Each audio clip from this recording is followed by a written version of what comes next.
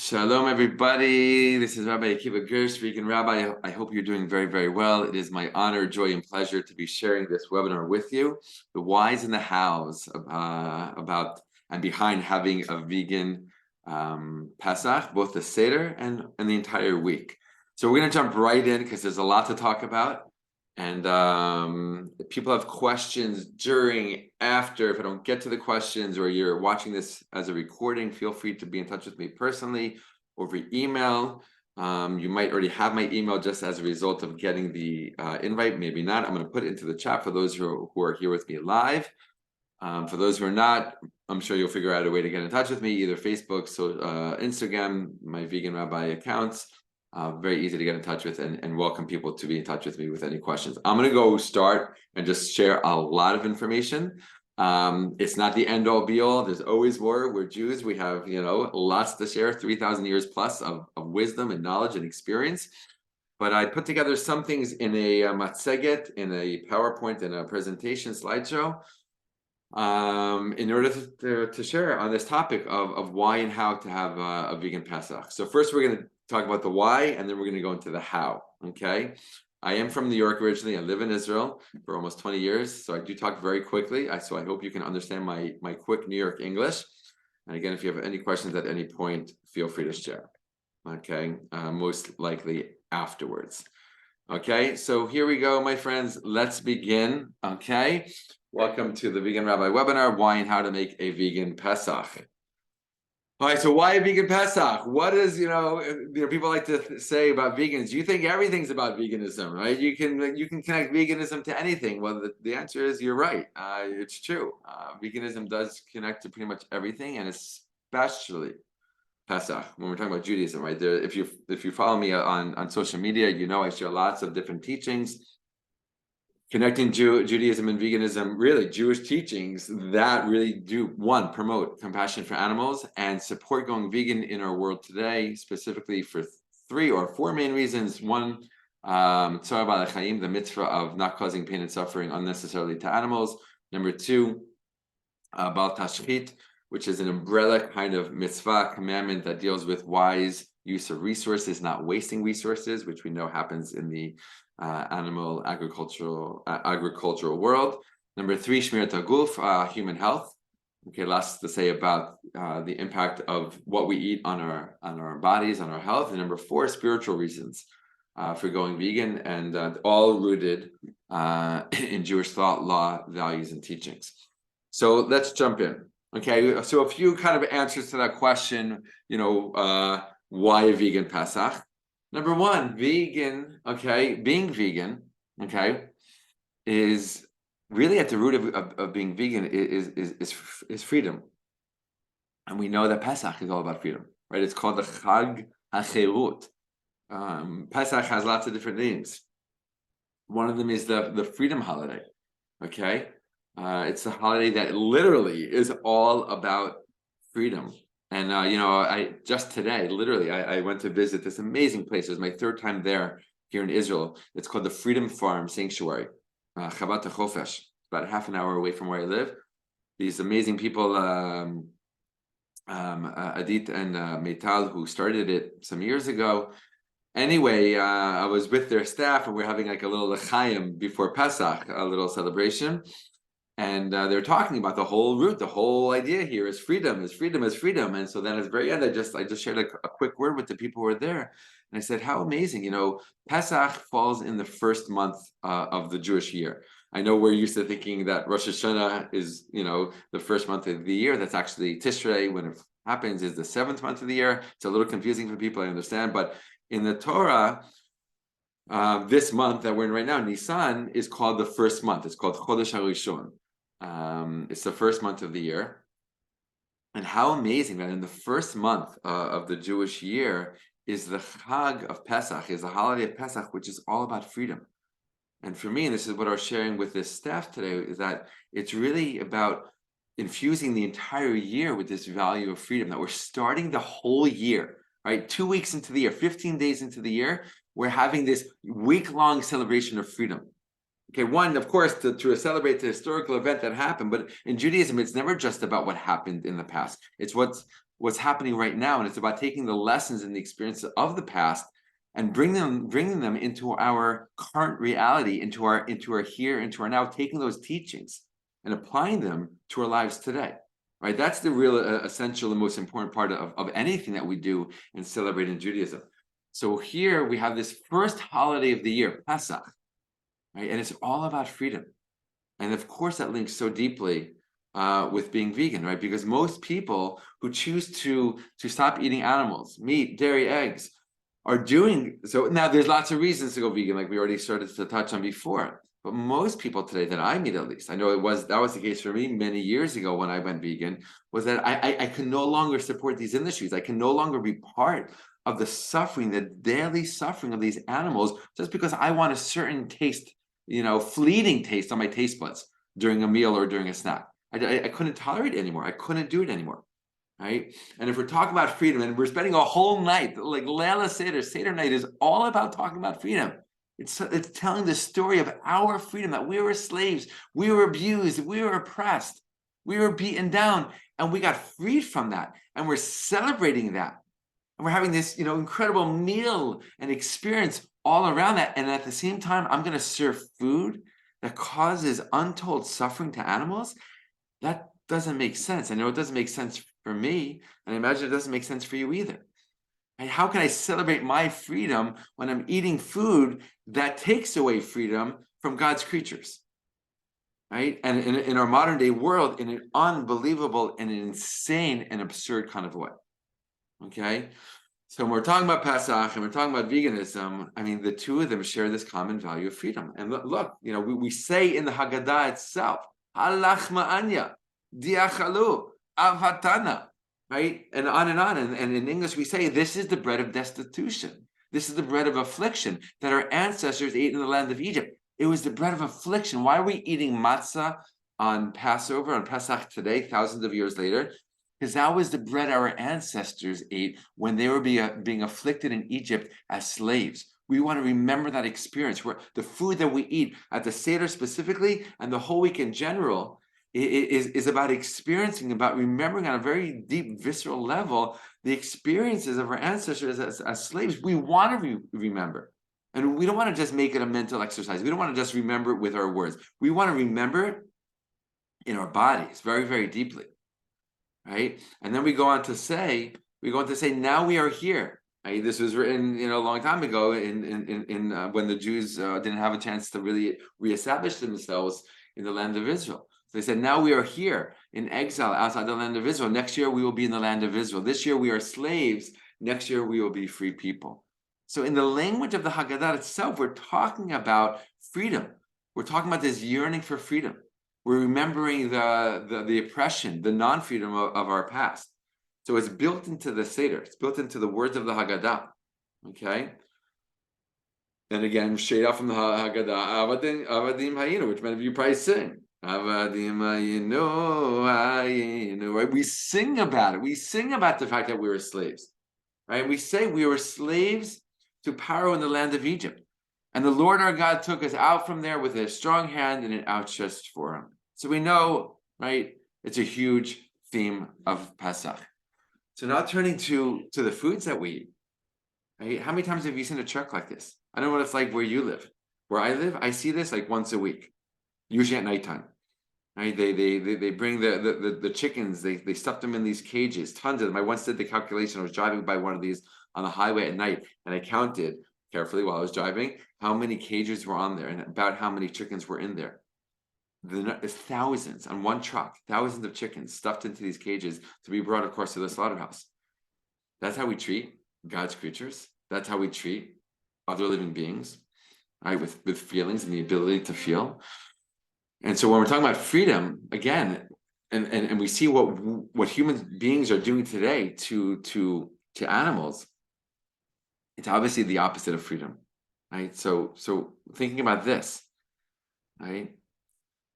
More and more, I specifically shared a picture of pigs, and even though pigs and Judaism don't really go together at all, my awareness on my understanding of what pigs go through in the animal industry is like one of the worst what they go through.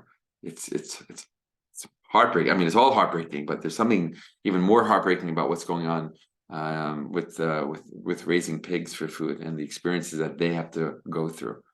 So I really, really want to share that as well, this picture. And we know, again, we're talking about freedom, and then we talk about dairy cows, and we learn about their calves that they have. First of all, of course, stepping back for a moment, they're forcibly impregnated. They're forced to get pregnant so that they'll produce milk for humans. So of course, when their baby is born, when the calf is born, what do you do with the calf? Oh no, they can't drink that milk that we want to sell in the store. So the calf, of course, is taken away immediately from the mother.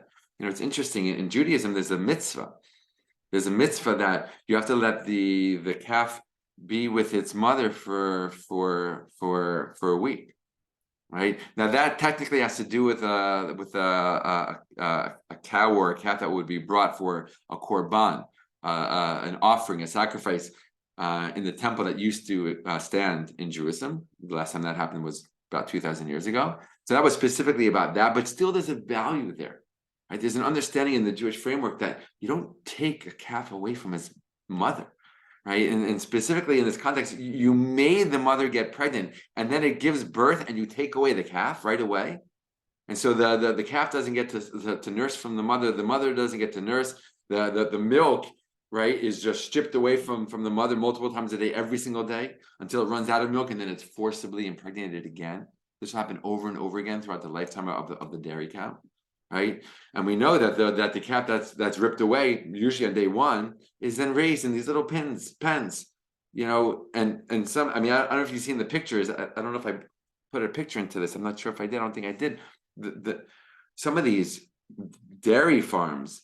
I mean, it's like endless. The number of these pens that they have for these young calves that were just ripped away from their mother, and the separation that they experience and endure. That's freedom. That's freedom. That aligns with the Jewish value of freedom, the value that's so deeply connected to the celebration of Pesach, right? We know in the egg industry, right? I mean, if you're any chick born into the egg industry is destined for a horrible experience. But if the chick is male, they're killed on day one. Right, you might know this, you might not know this, right? They're killed because a male chick, the way that they breed the chickens, right? If they're bred into the egg industry, they can't be used in the meat industry because they're just not the same breed. They don't produce enough meat. They're worthless, so to speak, in the eyes of the meat industry. So a male chick who obviously doesn't produce eggs, and they don't want that chick for the meat. What do you do with them? There's nothing to do with them. They're a waste. Right, they're a drain on our resources, so they get killed immediately.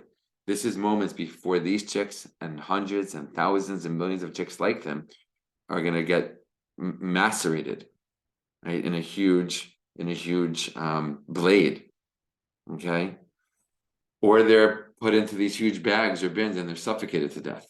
This is what happens every single day in the egg industry, right? For every chick that's born that will lay eggs, there was a chick that was born that was killed immediately. And this is what we're doing, right? Number two, theme of Pesach that connects to veganism and why being vegan in general and why making Pesach vegan is food justice. And we see in the text of the Haggadah again itself, right? Called Dechvin, Yete V'yecho. It's a powerful moment in the Seder, right at the beginning, when we're all here, we're all together, everything's been cooked, and now we're starting to invite people. Well, you should have done that a week ago, or even a few days ago, even just a few hours ago. Now that you're sitting down, you're starting to invite people, right? And we say anyone who is famished should come and eat. Anyone who is in need should come and partake of this Pesach sacrifice. Back in the day when they used to bring a sacrifice because there was a temple in Jerusalem, right? A whole thing.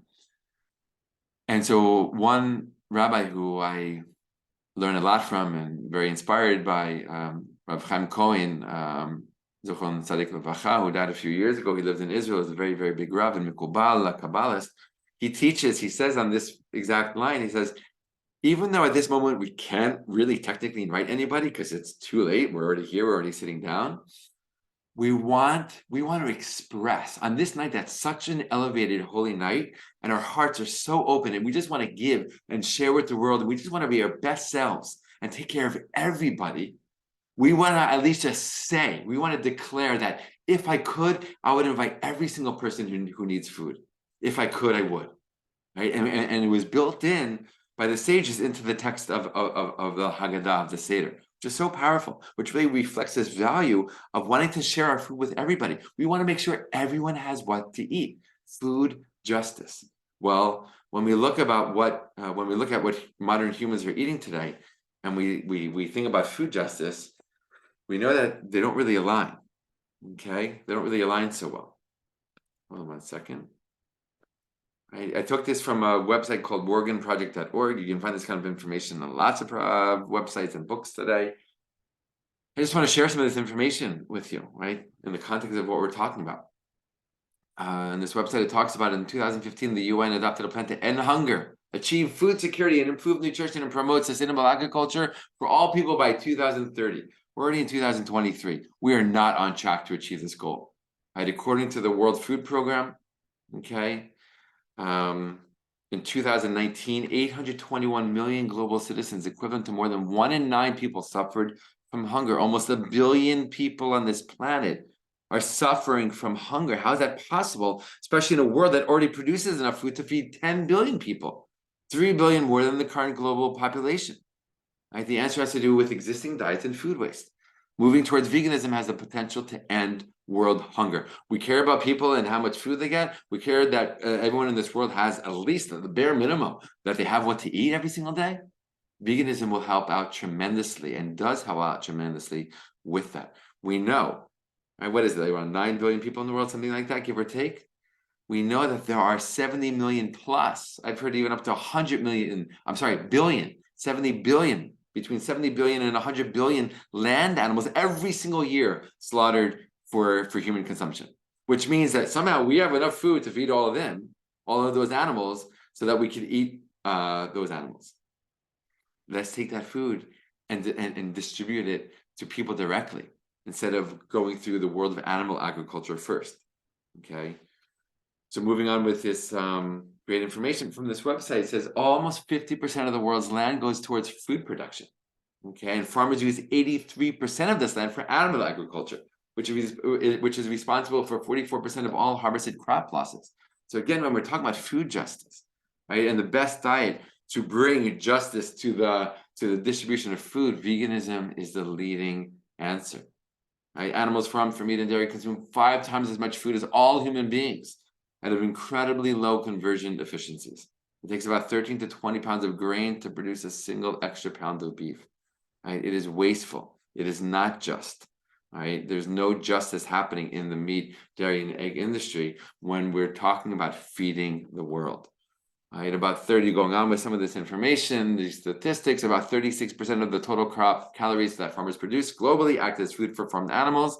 Humans eventually consume just 12% of these calories in the final meat product. Animal agriculture, as we know, drains the world's fresh water supply. Producing 1 kilogram of meat requires over 15,000 liters of water, compared with just over 300 liters of water per kilo of vegetables. Okay. This is the problem as the world population is growing. Right, it says by 2050, in order to feed the world, it will require a 119% increase in edible crops. This is a serious issue.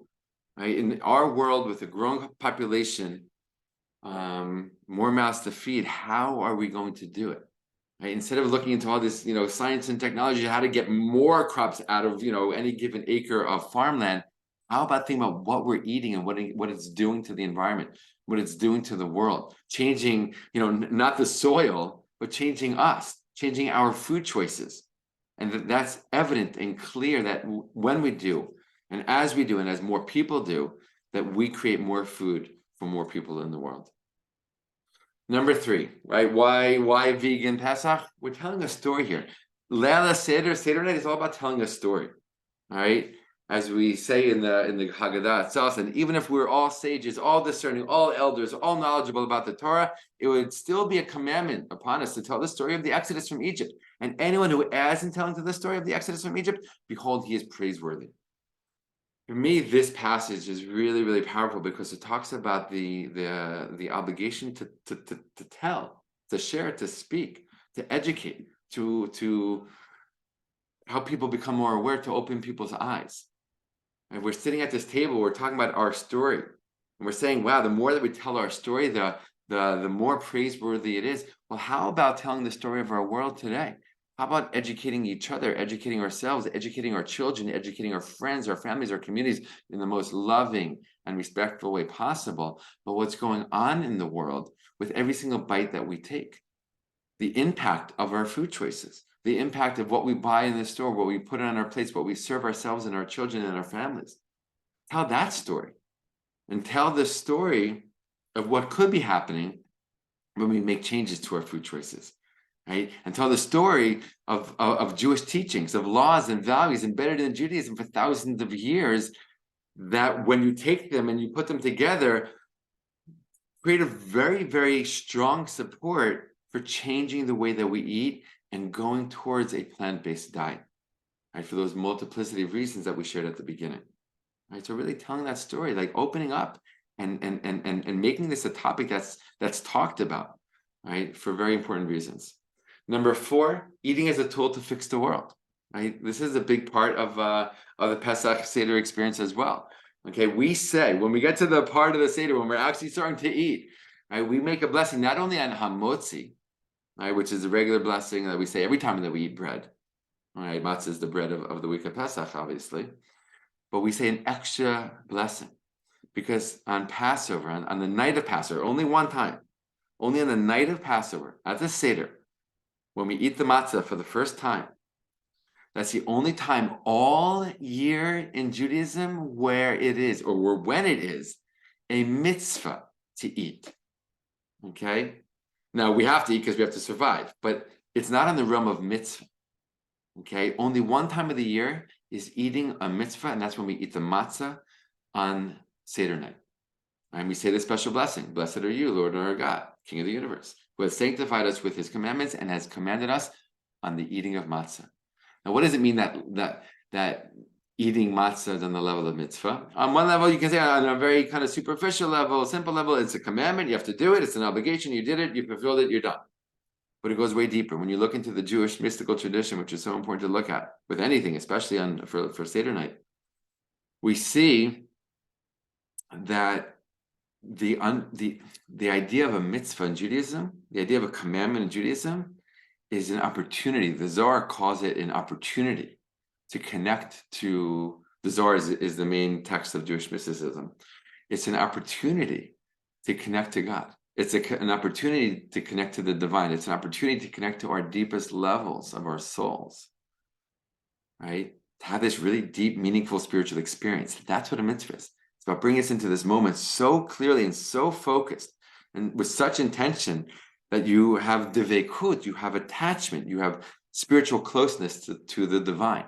And when we're eating on Leila Seder, on Seder night, the matzah, that's what we're able to experience. That's what we're encouraged to experience. That through our eating, we're having actually a spiritual experience. That our eating becomes holy. It becomes meaningful. It becomes way, way bigger than just, maintaining my physical sustenance and my survival. It's way, way bigger than that. Right? And taking that aspect of the Seder night and bringing it into our lives, there's a lot in Judaism that talks about that. Right? There's an amazing, first of all, let's start with this one quote from a very, very special Hasidic Rebbe, right? The Slonimer Rebbe, who in his writings, throughout his writings, in a book called the Nitivot Shalom, right, he writes many, many times. He writes, righteous people, tzaddikim as we call it in Hebrew, righteous people become righteous primarily through the way that they eat. Okay? I mean, that might be a shocker to people. Like how much does Judaism? Okay, Judaism talks a lot about what we eat with all the laws of kashrut and the details of the details of the details, the seemingly endless details of the laws of kashrut. But does Judaism talk about how we eat? Yes. When you look into Chassidut, Hasidic teachings, Kabbalah, it talks a lot about how we eat, right? The way that we eat. Okay, literally, like our experience of eating. Are we focused on our food? Or are we like scrolling through another social media, moment? Right? What are we thinking when we're eating? right? There's all kinds of ways to go deeper into the experience of eating, right? And this Rebbe, this Lano Rebbe, knew that eating could be and is meant to be a very, very deep, meaningful, and even holy spiritual experience, even not on Seder night, throughout the year, every time that we sit down to eat. There's this amazing book called Eating as Tikkun. Maybe it's still available online. I got it many, many years ago, right, by Sarah Yehudit Susan Schneider. She has many names, but it basically goes by Sarah Yehudit Schneider. Eating as Tikkun. Tikkun means spiritual fixing. And this whole little book, it's like a little pamphlet, talks about eating as a spiritual tradition. Eating as a spiritual fixing, right, based on teachings from the Jewish tradition. So I'll just share a few of the teachings that she shares in her book, right, things that she says. She says, Rav Tzadik HaKohen, a very special Hasidic Rebbe, taught that humanity's first sin was Adam and Eve's eating without proper kavanah, intention or mindfulness. Okay, that was the first sin of humanity. The tree of knowledge, he said, this Hasidic Rebbe, was not a tree or food or a thing at all, right? Going counter to anything we've ever heard, probably, right? Or understood. Rather, he says it was a way of eating. It was how they were eating. Right? He says, what was the first sin of humanity? Right? It was the way that Adam and Eve ate, not even so much what they ate. It was the way they ate. And so he goes on, he says, whenever someone takes self-conscious pleasure from the world, she or he falls in that moment from God consciousness and eats from the tree of knowledge all over again. It's like repeating that original sin. Right, of eating without spiritual mindfulness. Whenever we eat with proper kavanah, he says, without proper intention, mindfulness, we repeat this original sin. And he goes on to say, the primary fixing of human civilization, is to learn to eat in holiness. Right, and I'll embellish on that and share my own words, is to understand that our eating, not only what we eat, but how we eat, has great impact on the world, on ourselves, both physically and spiritually, and on all of creation, right? All of the animals, all of nature, the environment, the global ecosystem, right? And when we see these deeper teachings in Judaism, we see, wow, when we go deep into Jewish thought, we see that our everyday eating, every single time we sit down for a meal or a snack, that we have an ability to fix the world through our eating. Wow. Right? And if we take that theme, of course, that applies to veganism, because what's at the root of veganism? What's at the root of the decision no longer to eat meat, dairy, or eggs? It's saying that I want my food choices to help the world, not damage the world. I want my food choices to make me into a better person physically and spiritually, to keep in mind the animals, God's creatures, to keep in mind all of creation, all of nature, all of the ecosystems in this world, this beautiful world that God created, right? We know there's this beautiful midrash, oral teaching, that says that after God created the world, God gave, like Adam and Eve, this grand tour of the world and said, look at this beautiful world, right? I made it all for you. And then God says, but make sure not to destroy it. Make sure not to destroy it, because if you do, no one will come after you to fix it. It's in the Midrash in Kohelet, okay? Ecclesiastes. I mean, from the beginning of our tradition, we have this deep, deep, important teaching saying, don't mess up the world, don't damage the world, right? Because if you do, no one is going to come after you to fix it, which for me teaches me that, one, we have the human ability to damage the world, right? Nobody else on this planet, no other creature has the ability to fix that damage, but we do have the ability to fix our own damage. That if we have the ability to damage, to break, to destroy, we also have the ability to fix, to repair, to make whole again, right? And that's what we're doing through the food choices that we eat. Why did I go vegan? Because I didn't like burgers anymore? No. I grew up not eating any vegetables, literally. I ate meat every single day, sometimes 2 times a day, sometimes 3 times a day, breakfast, lunch, and dinner, right? And then when I was 18, I realized, like, for various reasons, I can't do that anymore. I went vegetarian. The next year, I realized I'm going vegan for the same reasons, okay? It wasn't because I didn't like the taste. Of course it tastes good, but lots of things taste good. Okay, I realized that I don't want my food choices, as much as I possibly can help it, I want to try my best to make sure that my food choices are supporting the world and not damaging it. Okay, my friends, now we're going to go into how. It was really important for me to share the why. All right, now we're going to go into the how to make a vegan Pesach. And again, this might not be the end-all be-all. There's always more to talk about, especially when we're talking about Jews and Judaism. But let's start with this. The Seder plate. I get lots of questions. What do I do with my Seder plate? What should I put inside of the egg? What should I put inside of the shank bone? And I always say the same thing right at the beginning. That we have to understand that Judaism is chock full of beautiful traditions. Tradition, right? So many beautiful traditions. But they're traditions. They're not chovot. They're not obligations. We have obligations in Judaism and we have traditions. And yes, we value our traditions. Okay, but we also have to understand that there is no mitzvah, no obligation to even have a Seder plate. Okay, it's a tradition. In fact, according to some opinions, that you only need one Seder plate at the table, the person running the Seder, and everyone else doesn't even need that. Lots of people, if different families are coming together, like in my family, right? Each kind of family has their own Seder plate. That's what we do. It's nice. It's a thing that lots of people do. But again, even if you didn't have a Seder plate, you didn't break any Jewish law. Okay, it's a tradition. It's a beautiful tradition. Okay, let's just start with that. So there's no obligation to have a shank bone on your table. There's no obligation to have an egg. Okay, but if you wanted to have a replacement for it, which I understand, I do as well. So what do you do? So let's go to this. Okay. Maybe I don't want to. Let's go through all of it really quickly. The different things on the Seder plate. Okay, choset. Easy to make vegan. I mean, pretty much everyone's choset is vegan. I've never heard of a non-vegan choset. Choset, there's all different kinds of recipes out there. Sephardi, Ashkenazi, creative, whatever you want to do. Find a good one, make it. It's vegan. Karpas, vegan. Okay. Usually parsley, could be potato, could be other things. Okay. The Yemenites, they like to chomp on lots of greens throughout the Seder. They keep karpas going throughout the Seder. It's really, really cool. Right. And parsley is very easy, obviously, to find. Right. It's inherently vegan. So right away, the first two inherently are vegan by definition. More the same thing. Horseradish or something else that's really, really bitter to remind us of the bitterness of the years of slavery endured in Egypt. Vegan, chazeret, all right, usually some kind of bitter green like romaine lettuce, okay? Vegan, so the 4 out of 6 of the things on the Seder plate are vegan, okay? So that just leaves us with the shank bone and the egg. So what's the shank bone about? It represents the Paschal lamb, the Korban Pesach, that used to be brought,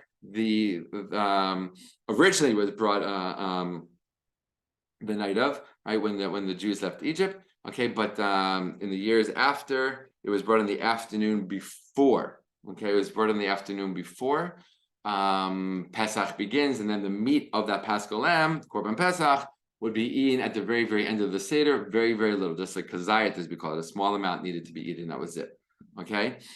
So that shank bone is representing the fact that we don't have a temple anymore. We don't have sacrifices. We don't have offerings. We don't have the Korban Pesach that was brought every year right before Pesach, the afternoon before. Okay, the egg symbolizes the Chagigah sacrifice, which is like an extra sacrifice brought on the holidays to represent and recognize the joy of the holiday and the beauty of the holiday. Other things about the egg, the roundness of the egg also represents the cycle of life. Even in the most painful times, there's always hope for a new beginning. Right? Obviously, the suffering, one of the Jews during their slavery in Egypt, but also the mourning over the fact that we don't have a temple anymore. Right? That Jerusalem was destroyed, the temple was destroyed. I always like to remind people that most of the things that were happening in the temple did not involve killing animals, did not involve sacrifices. There were the incense lit every day. There was the menorah lit every day. There was the bread that was baked every week. All right, that stood on these beautiful tables. So there's that. Anyway, an egg is also a food that is eaten by mourners, all right, in Jewish tradition, and symbolizes the mourning, as I said, over the destruction of the temple. So what do you do with the shank bone? What do you do with the egg?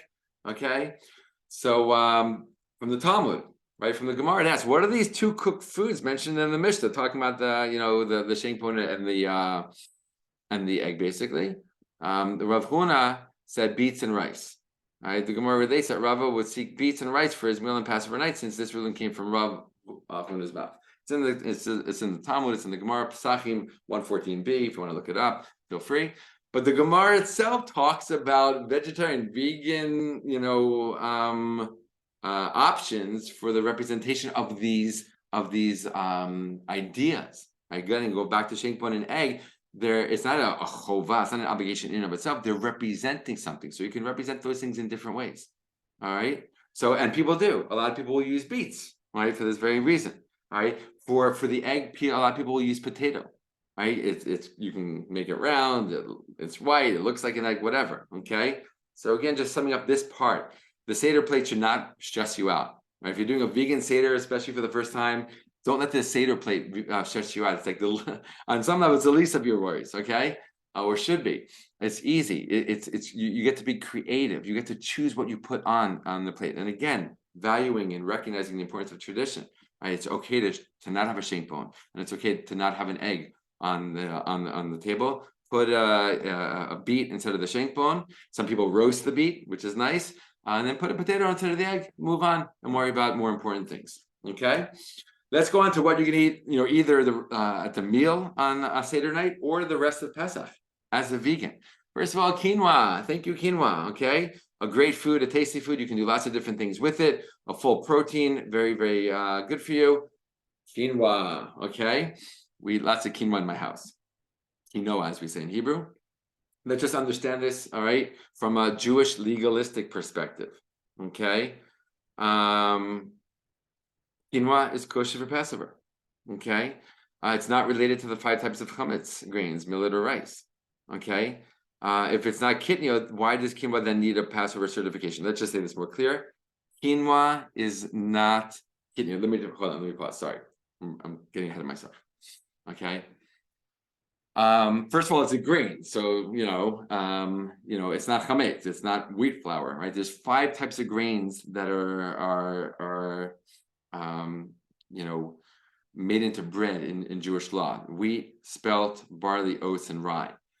Quinoa is clearly not that. At the beginning, I just have, at the top of the page, it's like its roots, like where it came from in South America, the Andes Mountains, right? All that. So quinoa is not one of those 5 grains that's made into bread and gets a special blessing over bread. If you did grind it up into flour, which some people do, and made it into some kind of loaf of bread, it would not be a motzi. It would be shakol nibidvo. Okay. But the real question is for Ashkenazi Jews, is quinoa kitniot? All right. So for Sephardi Jews, all right, it's not a problem, not even a question. Let me just explain for those who might not know. All right, there's the things you can't eat on Pesach. That's chametz. Nothing that's chametz. Nothing that's leavened. Okay, bread, pretzels, pizza dough. Muffins, whatever it might be. But in the Ashkenazi world, the Jews of European descent, right? Ashkenazi specifically, originally French, Germany, right? And Polish Jews eventually, Russian Jews eventually, anyone who has those roots, Ashkenazi Jews from Europe. Eventually, at some point in Ashkenazi Jewish history, it was developed the custom, but this custom was a different kind of custom than the Seder plate. This became like law of not eating other things that are not chametz, but we don't eat them because, all right? Things like rice, things like beans, all right, legumes, and the like. We don't eat those things because of a couple of reasons. One, because they're usually, processed in close proximity to things that are chametz, and maybe wheat or barley fell into the bags of the rice. And if I take that rice and I cook it on Pesach in water, that whole thing becomes chametz. I can't eat it. I want to avoid that possibility, so I just avoid eating rice altogether. That's what happened in the Ashkenazi world. Okay, and that's why it became a very strong, again, custom on the level of law that Ashkenazi Jews don't eat kitniyot. Okay, don't eat kitniyot. Rice, beans, and all those other things I mentioned. In the Sephardi world, that never happened. All right, so on Pesach, Sephardi Jews eat rice, they eat kitniyot. Right, that's why in Israel it's very interesting. When I first came here, I'm Ashkenazi, and I went to the store in Pesach and I saw kosher for Passover hummus. I'm like, what? But it's from garbanzo beans. I'm like, oh, maybe they did something different to it. I'm like, that's amazing. Kosher for Passover hummus. This is great. Excuse me. And then I realized that I looked on the package. Again, this was like right when I got to Israel, and it said, basically rak le'ochle kitniyot, just for those who eat kitniyot, which is like the Sephardim, or people who choose to eat kitniyot. All right. But when it comes to quinoa, okay, going back to the topic of quinoa, is it kitniyot? Is it not? Can I eat it? Can I not? So it's not kitniyot, all right? So then why does it need a Passover certification? So let's just read right from a website, from the Star K website, which is a kosher certification. It says, we have found that quinoa can at times be either grown near barley or rotated with a barley crop, especially in Peru. Furthermore, barley on occasion is used to cover quinoa during drying, and the bags used to transport the quinoa may have previously contained flour of chametz. So since we're very, very careful on Passover about, avoiding chametz, so there was a stringency to avoid. Hold on. I think my internet just paused for a second. Let me just say that again. since there was a concern that maybe something got mixed in with the quinoa, like I was saying before, so there was a stringency not to eat quinoa either on Passover. Okay, but it's not kitniot, and there are kosher for Passover bags of quinoa that one can buy. So again, answering the question, why does it have to be certified kosher? For this very reason. Okay. But you can find it, especially in Israel. I'm not sure about it in the States, but in Israel, you can find it very easily. All right. So basically, for various reasons, I'm not going to read this whole thing, but for various reasons, quinoa should only be accepted with a reliable kosher for Passover supervision, if that's important to you. Okay. In addition, there have been infestation issues in many brands of quinoa. We recommend quinoa being checked prior to use. Right. That's something, people who are strict about like checking for bugs, whatever, they'll always check quinoa anyway, especially in Passover. So even if you buy a bag of kosher for Passover quinoa, you should still check it. Some people say up to 3 times. All right. But once you got that, you're good to go. Anyway, we talked a bit already about kitniot. All right, again, I'm not going to read this whole thing. But I do know both vegetarians and vegans who grew up not eating kitniot on Passover, and then maybe right away when they became vegetarian or vegan, or maybe some years later, they said, you know what? I need more variety on Passover, on Pesach. I'm going to start eating kitniot, and they do. All right, I would say my family is one of them. We just changed a couple of years ago after many years of not eating kitniot. It was like a COVID kind of thing. We're at home, we couldn't leave. It was hard, we're like, at home all week, and we needed to feed our kids. We decided as a family we're going to start eating kitniot. If that's something that you want to do, talk to your rabbi, local rabbi. It's a little bit of a thing, but feel free if you want to reach out to me and talk to me about it. I'd be happy to talk to you about it. Anyway, this is the list of typical kitniot things that are not eaten. Okay. But again, if you eat kitniot, or you made the choice to start eating kitniot, so then it adds a lot of variety and a lot more options to your Passover meals, starting with the Seder night, right, as a vegetarian or vegan. Okay, I definitely know it changed our Passover experience as well. Although I will use this opportunity to say the following. I've been vegan for many, many years. I've been keeping Passover strictly for many, many, many years. I've never had a hard time eating on Pesach. I never found it oppressive. I know there's certain things I don't eat, even when I didn't eat kitniot, even when I wasn't eating rice or beans on Pesach, which was, again, many, many, many years. I always felt like, okay, for 1 week, I'm eating lots of potatoes, lots of salad, and lots of matzah. And it was fine, and it was good, and it was healthy, and it was tasty. And it was 1 week, and I didn't really care, and I wasn't overly concerned. Okay, protein, I might not get the same level of protein. I'll add some more seeds or nuts to my salads. I'll take a handful of nuts more often and eat those.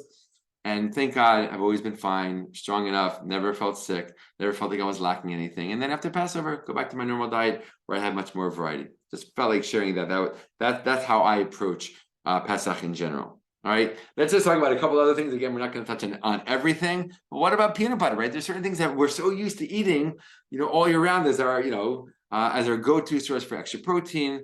All right, what do we do during Pesach for that protein, if that's, again, a concern of yours? Peanut butter. All right. So again, in Jewish law, there's different opinions.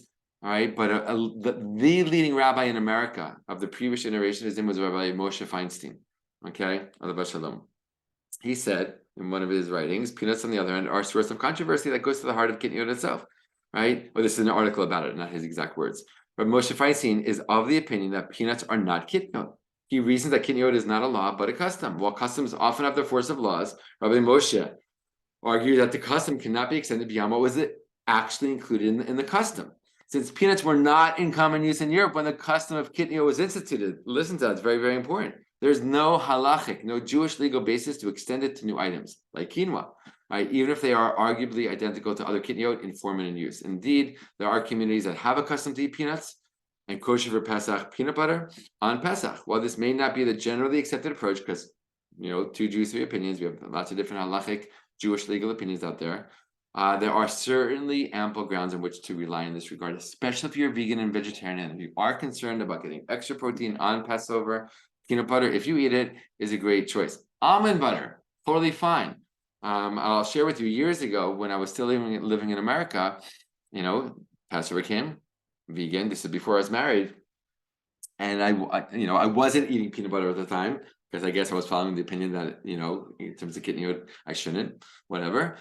So I was going to get almond butter, but in America, like you can't find almond butter that's with a kosher for Passover symbol on it. So I asked my rabbi, he was a very big Talmud Chacham, very big Torah scholar, and he told me, call the company, see how they make their almond butter, and if they're just roasting it in an oven on trays and nothing else ever goes in those trays all year round, and that's it, and it has a kosher certification for the rest of the year, you can eat it on Passover. I called the company, I talked to them, I asked all the questions my rabbi told me.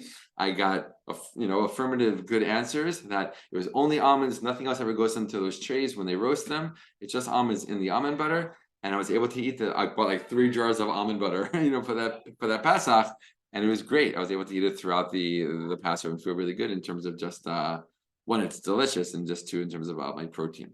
Okay, so there we go, almonds. All right, almonds are a great choice. Roasted almonds, raw almonds, soaked almonds, whatever you want to do with the almonds, whatever you want to do. Right, almonds are a great choice for eating on Passover.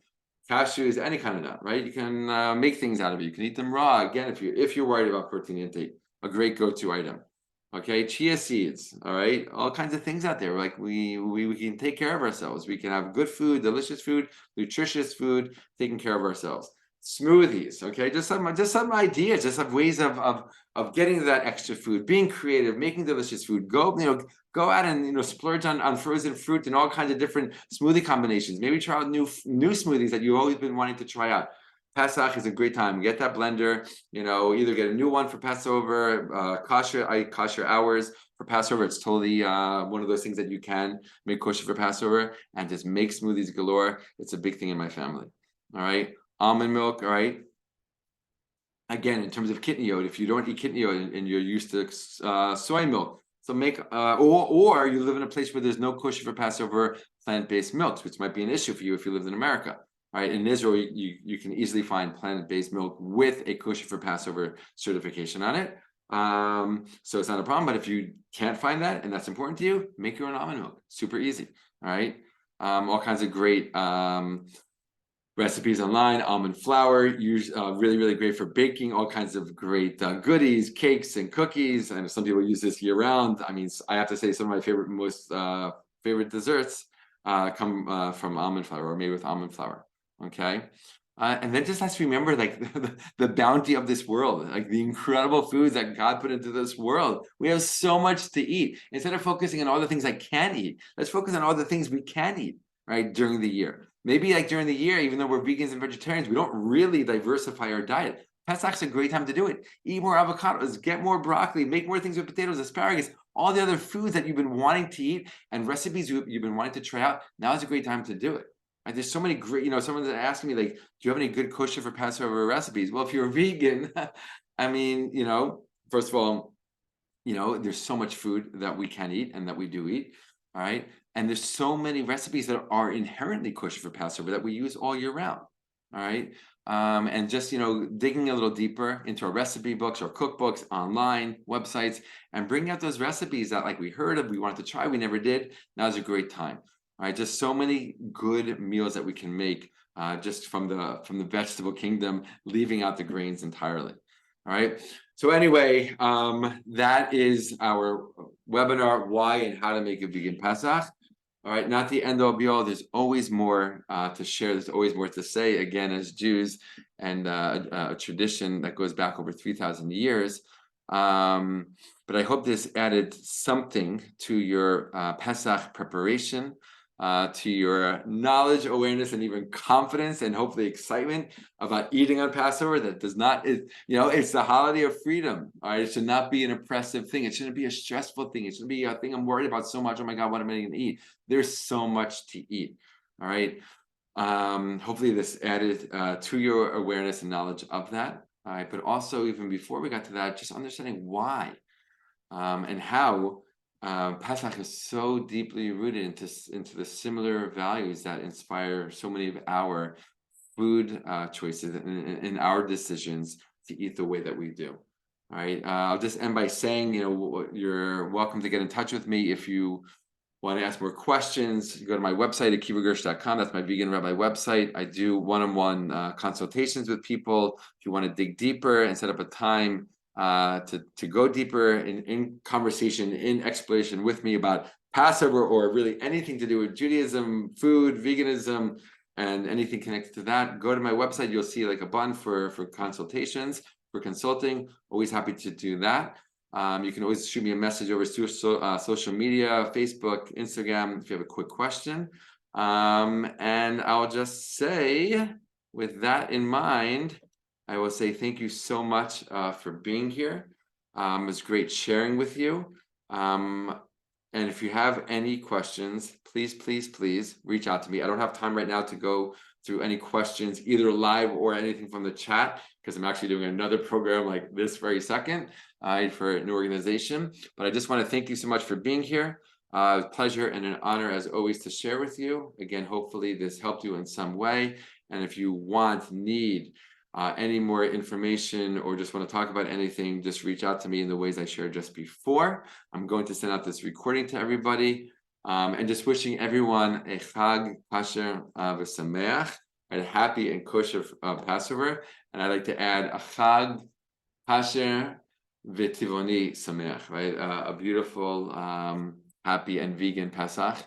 And yeah, we should just be blessed with great health and great celebration, and really taking the values of our tradition in general and Pesach in specific, this value, this essential, this central, this crucial value of freedom, of cherut, that is so at the heart and center, front and center, and heart and soul of our tradition, and really just spread it with the world further and further and further until B'ezrat Hashem we bring Geula Shlema, full redemption to all the world and all levels of creation. Thank you so much. All the best, everybody, and shalom.